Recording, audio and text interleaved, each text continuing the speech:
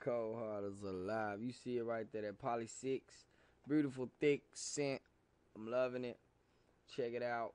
What we got originally and what we did to it, just some tweaking. We're going to go in. It's more about what I did to the sound and the Poly. So let's go and take a listen. You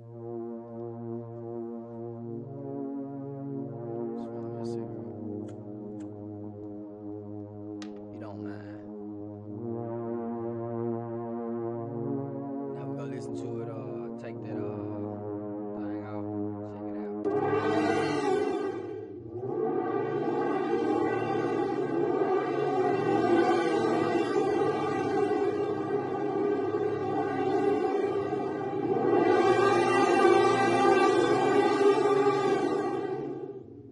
Alright, so you got to ask yourself, what in the hell?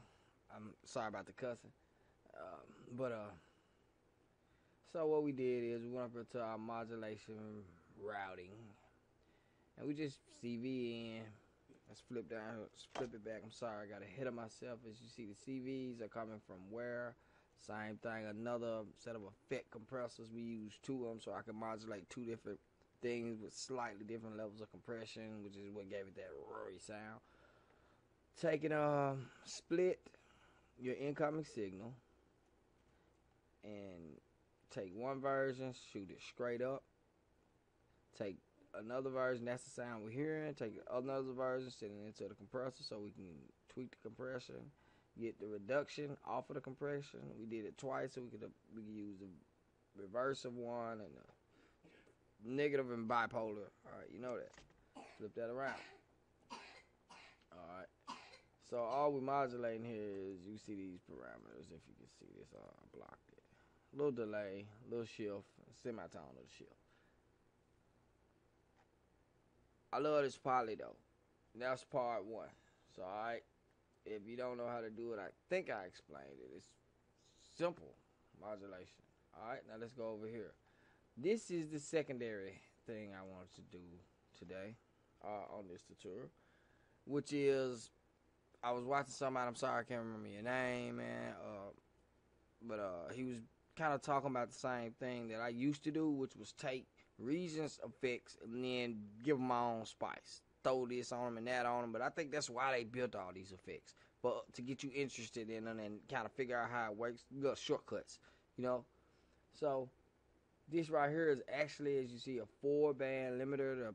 You can find it in the Regents Factory Sound Bank.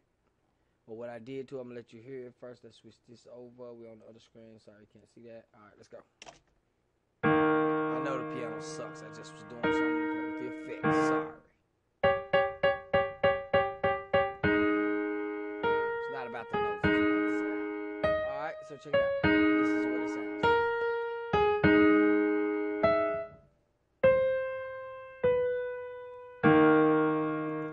Now, not a big difference. But if I tweak it, it really will get drastic. Like I said, what I actually did is, to break it down, I took and loaded their patch originally. Took and went in after every limiter. Let's flip that over. I went and took the signal before the limiter and I sent it into a reverb, a EQ, a compressor, then back into the limiter. And I did that on all 4 sections. I put a reverb in, I think, the high section. And since I put the reverb in there, I went on and put me a mixer in there so I could give you a little reverb and not like the whole highs would have a reverb on it because it didn't sound right. And down the low end, that's not the low end, that's the mid. I think I put the Unisit device there on. And so let's go back up to the top here. Let's tweak some of this stuff so you can see how it sounds. These are just input gains, so that's why I just kind of got to balance. Let's bring that reverb up to the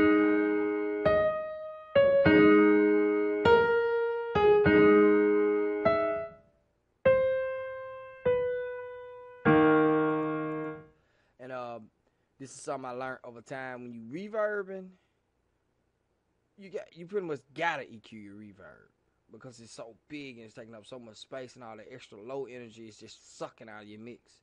That 2K energy is sucking out of your mix find out where you want it at. Reverb sound kind of nice in the middle if you want that warmness. If you want like this real hearing, you really want to hear that reverb, kind of boost your high end. You know, I almost every time dip around the 2K area. Unless in this part where I know it's going to be very light on vocals, so that it doesn't cloud my vocals. And specifically when I put a reverb on vocals, I don't want that to cloud up the strong sound and make it dull. Because that's what gives you that dull sound when you put your reverb on. Because you just kind of masking all your frequencies or just bombarded with all that reverb. And you could actually literally take EQs and carve almost everything out of it and just leave you a small section. And it'll just so sit in the mix if you find the right frequency and range. Just a tip. I'm pretty sure a lot of you guys are like, I've been doing that. But a lot of this stuff I did not have a clue of. I mixed for years. I made songs for years. I didn't know none of this stuff.